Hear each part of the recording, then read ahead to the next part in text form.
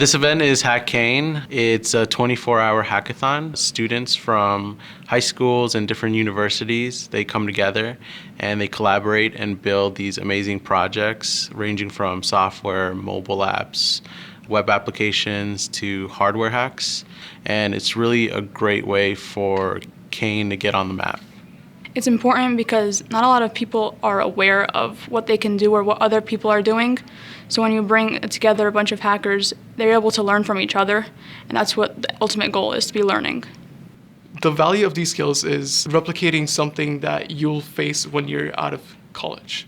You're going to be working with different types of people. You're going to be working with different people from different disciplines. And to replicate somewhat of an environment where, having a community work together to solve one single problem is what basically modern industry is.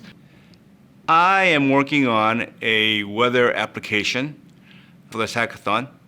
It's amazing how fast 24 hours goes by, especially when you're involved in a project that you're interested in. Time goes by fast.